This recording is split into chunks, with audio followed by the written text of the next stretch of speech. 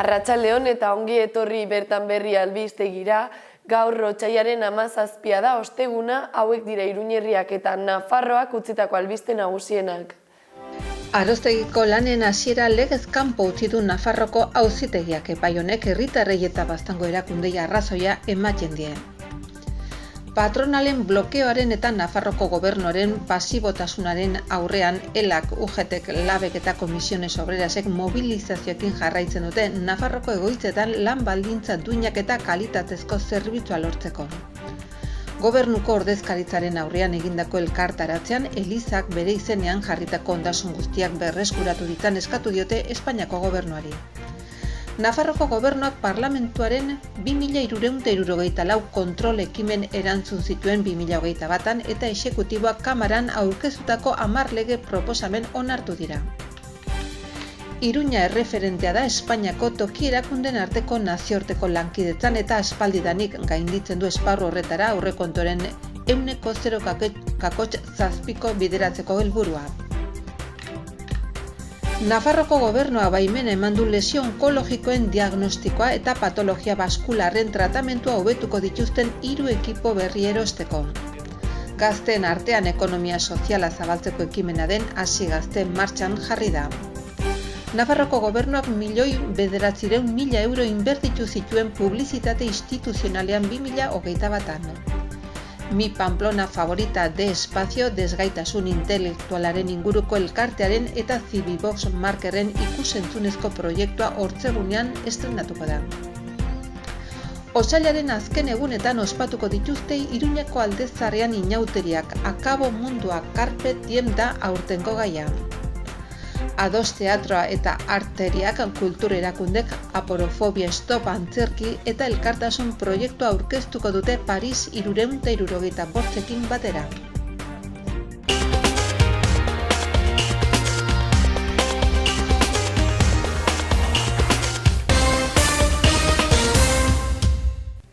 Aroztegiko lanen hasiera legez kanpo utzi du Nafarroako auzitegiak. Epai honek herritarrei eta Baztango erakundei arrazoia eman die, hortaz Aroztegiko lanak baliogabea zen esleipenarekin hasi zituzten. Abenduaren 31an Nafarroko auzitegi nagusiak Aroztegiko obren esleipenari buruz emandako epaia jaso du Baztango udaletxeak. Bertan ez dute onartzen Palacio de Aroztegiako konpentsazio batzordeak enpresari egindako esleipena urbanizazio lanak hasitzeko. Beraz, 2021ko maiatzan hasi zituzten lanak baliogabetu dituzte. Baztango udalak adierazi duenez, hau oso garrantzitsua da Palacio de Aroztegiak urbanizazio lanak hasi zituelarik ordurako Nafarroko auzitegi nagusiak esleipena baliogabea zela erran baitzuen. Auzitegiak Nafarroko kontratu publikoen epaimahaiaren ebazpena berretsi zuen. LAB sindikatuari arrazoia eman baitzion baldintzen agiriaren kontrako errekursoa aurkeztean. 2021ko maiatzan, TEX enpresak Aroztegiko lanak hasi zituelarik herritarrek eta Baztango udalak behin eta berriz esan zuten obrak egin ahal izateko esleipena baliogabea zela. Hau da, obren hasiera legez kontrakoa zela. Horregatik, Nafarroko gobernuari eta auzitegi nagusiari legezkotasun printzipioa betearazteko eskatu zioten, baina inork ez zuen kasurik egin, Palacio de Aroztegiak epaiari kasazio errekurso bat aurkeztu ziola argudiatuz. Orain ezagutu den epaiak herritarrei eta Baztango erakundei arrazoia ematen die. Patronalen blokeoaren eta Nafarroako gobernuaren pasibotasunaren aurrean, ELAK, UGTek eta LABek eta Komisiones Obrerasek mobilizazioekin jarraitzen dute Nafarroako egoitzetan lan baldintza duinak eta kalitatezko zerbitzua lortzeko. Lan baldintza duinak lortu arte protesta eginen dutela ohartarazi diete patronalari eta Nafarroko gobernuari ELA, UGT, LAB eta Komisiones Obreras sindikatuak. Proposamen bateratu bat aurkeztu zieten Nafarroko patronalei eta gobernuari Nafarroan 3. adinekoen zentroen sektoreko lehen hitzarmena sinatzeko. Salatu dute, baina patronalek negoziazioan ematen diren aurrera pauso blokeatzen jarraitzen dutela, hori dela eta mobilizazioi eustea erabaki dute. Hitzarmen honek Nafarroko 70 zentro baino gehiagotan lan egiten duten dauden 4.500 persona baino gehiagoren lan baldintzak hobetzeko balio behar du, sindikatuen iritziz, horregatik honakoak jasotzea ezinbestekotzat jo dute. Urtarrilaren 13an egin zuten lehenbiziko greba, bigarrena otsailaren 23an eginen dute. Datorren asteazkenean Tuteran eta Iruñan mobilizazioak izanen dira. Gobernuko ordezkaritzaren aurrean egindako elkarretaratzean Elizak bere izenean jarritako ondasun guztiak berreskuratu ditzan eskatu diote Espainiako gobernuari. Ez dira 1.000 dira lemapean Nafarroko ondarearen defentsak Espainiako gobernuaren ordezkaritzaren egoitzaren aintzinaldean elkartaratze egin zuen atzo. Gogoratu dutenez, soilik Nafarroan 3.000 izan dira Elizak bereganatu dituen ondasunak eta dituzten datuen arabera estatu osoan 100.000 izan daitezke. Gobernuaren eta Elizaren arteko akordioan 1.000 ondasun bueltatzea adostu da, eta elkartaratzean Espainiako gobernuari eskatu diote Elizak bere izenean jarritako ondasun guztiak berreskuratu ditzaten. Berriro ere Nafarroa aitzindaria izan da gai honetan. Nafarrako datuak edukitzen badakigu, estrapolatzen dugu eta badakigu estatu osoan zenbat izango diren. Gu eskatu genuenean lehenbiziko epeko datuak izan ziren 1.000 eta piko, orain badakigu denboraldi osoan 1.000 eta piko izan dira eta horregatik ziurtatu aldugu estatu osoan 100.000 baino gehiago badirela. Hori dudarik gabe. Lotsagarria da, PSOEren aldaketa, PSOE ez du bete bere hitza. Duela gutxi konstituzionalista famatu bat bere rollo esaten zuen, hau dela una aberración jurídica esaten zuen, eta nik uste dut, badara mazkigu, 15 urte borrokan, baina bide honean gaude. Orain da, edozein agenda politikoan, gaia hemen dago, eta egin behar duguna da, muskildakoak, otxagabiakoak egiten duten bezala. Jarraitu, borrokatu, jakinik, arrazoia badugula. Ez bakarrik gizarte laikoa, gaur oso bitxia da, nola kristau asko, gehiago eta gehiago etortzen dira onera, gurekin egotera, eta gainera eskatzen dute Jesukristoren mezua ez zela horrela. Nafarroako gobernuak parlamentoaren 2364 kontrol ekimen erantzun zituen 2021ean eta exekutiboak kamaran aurkeztutako 10 lege proposamen onartu dira. Osasuna eskubide sozialetako lehendakaritzako berdintasuneko funtzio publikoko eta barneko departamentuek jaso dituzte galdera eta informazio eskaera gehien. El Gobierno de Navarra ha sido informado hoy que atendió en 2021 2.364 iniciativas de control del Parlamento y ha aprobado también... Nafarroko Parlamentoak foru exekutiboaren departamentuetara kontrolerako 2.364 egitasmo bidali ditu 2021ean. Idatzizko zein ahozko galderak, informazio eskaerak, agerraldiak eta interpelazioak. Osasuna, eskubide sozialetako, lehendakaritzako berdintasuneko funtzio publikoko eta barneko departamentuek jaso dituzte galdera eta informazio eskaera gehien. Urtebetean orain arte erregistratutako kontrol espedienten kopururik handiena da.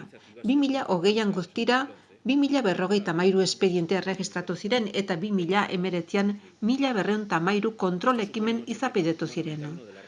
Gobernuak parlamentuan kontrolatzeko duen lana 15% gehitu da azken urtean eta azken 10 urteetan 296.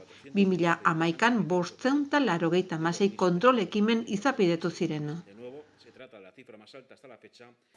Iruñea erreferentea da Espainiako toki erakundeen arteko nazioarteko lankidetzan eta aspaldidanik gainditzen du esparru horretara aurrekontuaren 0,7% bideratzeko helburua.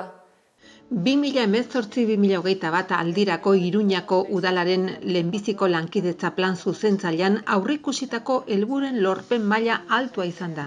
Pedro Surja udal lankidetzako politiken ebaluazioan aditua den kanpo aholkularitzak egindako ebaluazio txostenaren arabera. Lehen aldia da udalak kanpoko aholkularitza enpresa bateri eskatzen diola ebaluazio bat egitea, nazioarteko lankidetzaren eremuan. 2018an udalerriak 1986tik garapenerako nazioarteko lankidetzaren udal programaren bidez arlo horretan modu egonkorrean egiten duen lana zehazteko. Atzo goizean programaren teknikari batek agerraldia egin zuen herritarren gaietarako batzordean. Plan zuzentzailean ezarritako helburuak eta kanpo ebaluazioaren bidez lortutako hobekuntza iradokizunak bete direla jakinarazteko. Ebaluazioaren arabera Iruñako udalaren benetako nortasun zigilua lankidetzan hauxe da. Espainiako erakunde publiko bakarrenetarikoa izan da hiria lankidetzarako urteko aurrekontuaren 0,7 gutxienez emateko konpromisoa lortu eta mantendu duena. Une honetan, 100 hori aurrekontu osoaren 0,8 da, eta horrek benetako erreferente bihurtzen du Iruñako udala. Ikuspuntu horretatik ebaluatzailearen gomendioaren arabera, bigarren gida plan berriaren helburuek eta jomugek oro har kontinuistak eta homogeneoak izan beharko lukete. Udala 2022ko martxotik aurrera hasiko da dokumentu estrategiko berri hau idazten. Nafarroako gobernuak baimena eman dio lesio onkologikoen diagnostikoan eta patologia baskularren tratamendu hobetuko dituzten 3 ekipo berri erosteko. Osasunbidean Nafarroako osasun zerbitzuak lizitatuko du gailuen kontratazioa 7 milioi euroko aurrekontu bateratuarekin. El Gobierno de Navarra ha autorizado al Servicio Navarro de Salud Osasunbidea. Nafarroko gobernuak baimena eman dio osasunbideari, Nafarroko osasun zerbitzuari kontratu bidez 3 ekipo berriak PET-CT eta SPECT-CT eta erradiologia interbentzionista angiografo biplanoa eskuratzeko. Ekipo horiek azken belaunaldikoa dira eta gaixotasun onkologikoen diagnostiko eta edo patologi baskular eta neurologikoen tratamendua hobetuko dute.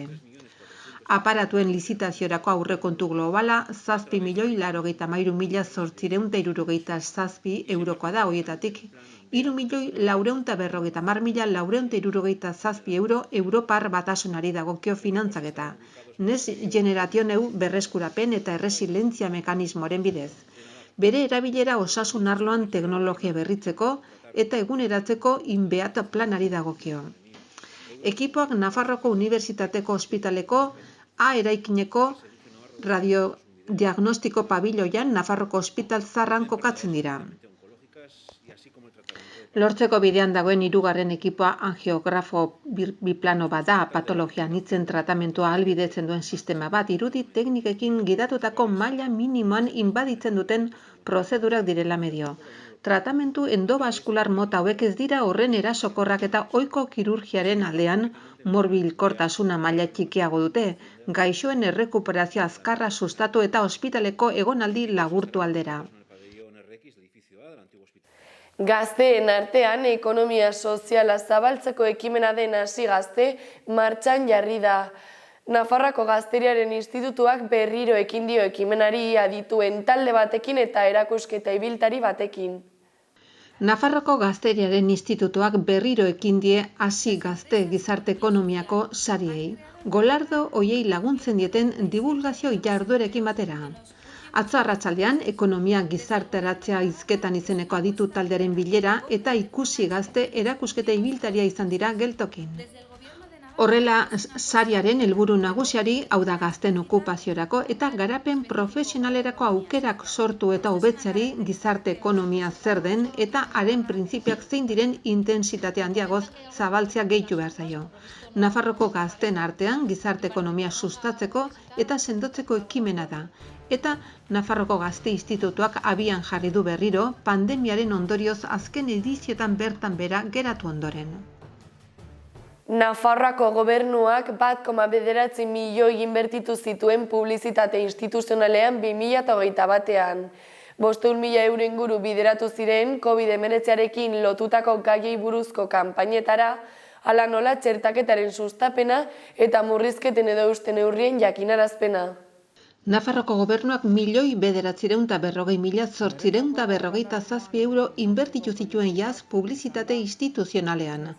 Nafarroko gobernuaren 2021eko inbertsio publizitarioaren memoriak jasotzen duenez. Nafarroko gobernuak horren berri eman zuen atzoko bilkuran, guztira 12 kanpaina nagusi 50.000 eurotik gorako banakako inbertsiorekin, koronavirusaren pandemiak eragindako bertze 6 kanpaina espezifiko eta 52 publizitate kontratu txiki gehigarri zabaldu ziren. 50.000 eurora iristen ez diren inbertsio zenbatekoekin. Nafarroko gobernuak bultzatutako 12 kanpaina nagusiek guztira 810.560 euroko inbertsio bat suposatu zuten, berraktibatu Nafarroa plana 110.826 euro edatzeko gauzatu zen inbertsio handiena. Halaber, aipagarriak dira inbertsioaren volumenagatik merkatarien lanbidea sustatzeko kanpaina 69.000 eurotan. Nafarroa eguna ekitaldia edatzeko 66.215 euro, errentaren kanpainarako informazio praktikoa 69.995 euro, eskola publikoaren sustapena haur eta lehen hezkuntzako aurre inskripzioaren epean 69.518 euro. Edo despopulazio arriskoan dauden udalerri nafarren sustapena 69.285 euro. Koronavirusarekin lotutako publizitate jardueren harira txertaketa sustatzeko bideratu ziren 254.722 euro. 2020ko eguberrietako kutsaduren euste kanpainarako bertze 80.717 euro eta 2021ko udazkeneko higiene eta prebentzio neurrien sustapenera 82.607 euro. Koronavirusaren gaineko pandemia ebazteko informaziorako eta kontzientziaziorako bideratutako aurrekontuaren zenbateko osoa 500.135 eurora heldu zen. Mi Pamplona favorita de espazio desgaitasun intelektualaren inguruko elkartearen eta CB Box Makerren ikusentzunezko proiektua ostegunean estreinatuko da. Kondestablen CB Box arearen maker guneetan aurten garatu diren parte hartzeko proiektuetako bat da. Mi Pamplona favorita de espazio desgaitasun intelektualaren inguruko elkartearen eta CB Box Makerren ikusentzunezko proiektua ortzegunean estrenatuko da Kondestablen. Arratsaldeko 6:30 aintzinera eta sarrera librearekin leku guztia bete arte udaleko gizarte etxetako sareko maker gunetan egindako proiektuetako baten inaugurazioa. Mi Pamplona favorita da hiriko hainbat tokitan filmatutako ikusentzunezko bideo reportaje bat eta bertan parte hartu du de espazio desgaitasun intelektualaren inguruko elkarteko ikasle talde batek.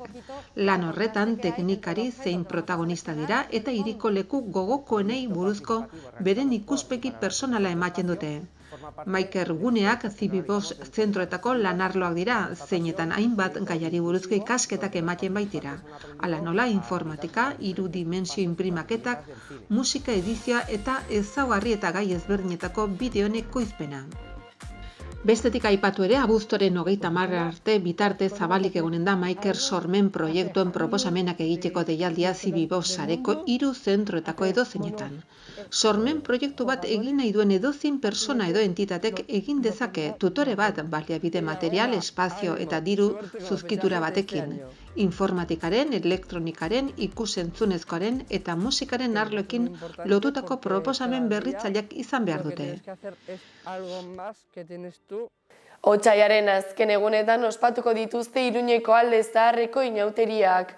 Akabo mundua Carpe Diem da aurtengo gaia. Otsailaren azken egunetan ospatuko dira Iruñeko Alde Zaharreko inauteriak. Akabo mundua Carpe Diem da aurtengo gai nagusia. Inauteriaren aintzineko larun batean kauteroak ospatuko dira Iruñeko Alde Zaharrean. 11 herritan animalien dantzak hasiko dira Iruñeko taldeko egoitzatik.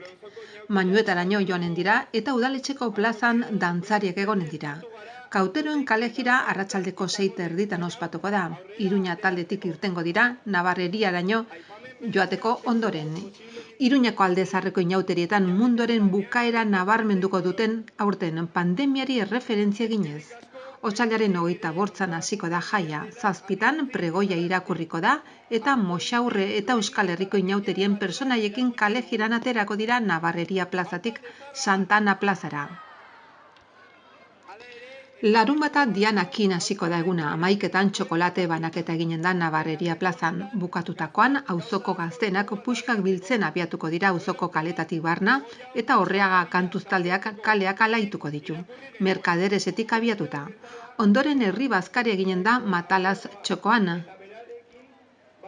Bazkal ondoren 6etan Akabo mundua kalejira abiatuko da. Kalejira elektrotxarantutuangarekin musikaz lagunduta ibiliko da.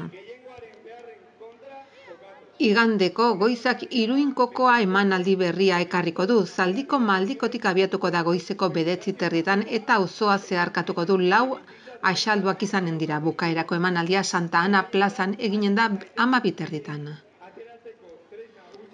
Astelenean bukatuko dira auzoko inauteriak. Merendu eginen dute 5:30 puxka biltzian jasotakoarekin Burgoen plazan. 7:00 zitala Nabarreriatik hartuko dute eta kalejiraz eramanen dute Santa Ana plazara. Bertan erreko dute, Aldezarreko jai batzordeak antolatzen ditu inauteriak auzoko elkarten, tabernarien eta dendarien laguntzarekin. Ados teatroa eta arteria kultur erakundeek aporofobia stop antzerki eta elkartasun proiektua aurkeztuko dute Paris 365ekin batera. Ados teatroa eta arteriak kultur erakundek aporofobia stop antzerki eta elkartasun proiektua aurkeztuko dute Paris 365ekin batera. Jantokiko erabiltzaileek eszenografiarako eta proiektua finantzatzeko 26 aulki eraiki dituzte. Pobrezia egoeran dauden personen gaitzespena ikusarazteko. Paris 365 jangela solidarioaren erabiltzailek urtarrilan eta otsailean zehar elkarrengandik ezberdinak diren 26 aulkiz osatutako antzezlanaren eszenografia egin zuten. Curro Claret artista katalan ospetsuak diseinatu zituen altzari hoiek, Emausko trapuketariak emandako hondakin materialen bitartez. Fermin Lorda ebanistak Nafarroko Untziti Araneko Zorokien zurgintza tailerra eskaini zuen. 20 urte baino gehiagoz bizilagunik gabe egon ondoren Zorokiain Errekazar elkartean bildutako dozenaba famili gazte herri hau berreskuratzen ari dira, jasangarritasun irizpide gorenekin. Aulki hoiek aporofobia stop proiektuaren autogestioa bultzatzeko balioko dute. Baterako finantzaketa eta mikrodonazio kanpaina baten bidez, erakunden eta oro har herritarren lankidetza lortzeko asmoz. Pieza hoien balio materiala eta simbolikoaren aitorpena alde batetik, Katakraken eta Tres Reyes hotelean egingo diren erakusketekin eta bertzetik martxoaren 11an Ansoainen estrenatuko den obran egingo den eszenartzerekin adieraziko da. Nuestra vida se define por nuestras oportunidades, incluso de las que perdemos. Hauek izan dira gaurko albiste nagusienak, eskerrik asko egoteagatik eta bihar arte.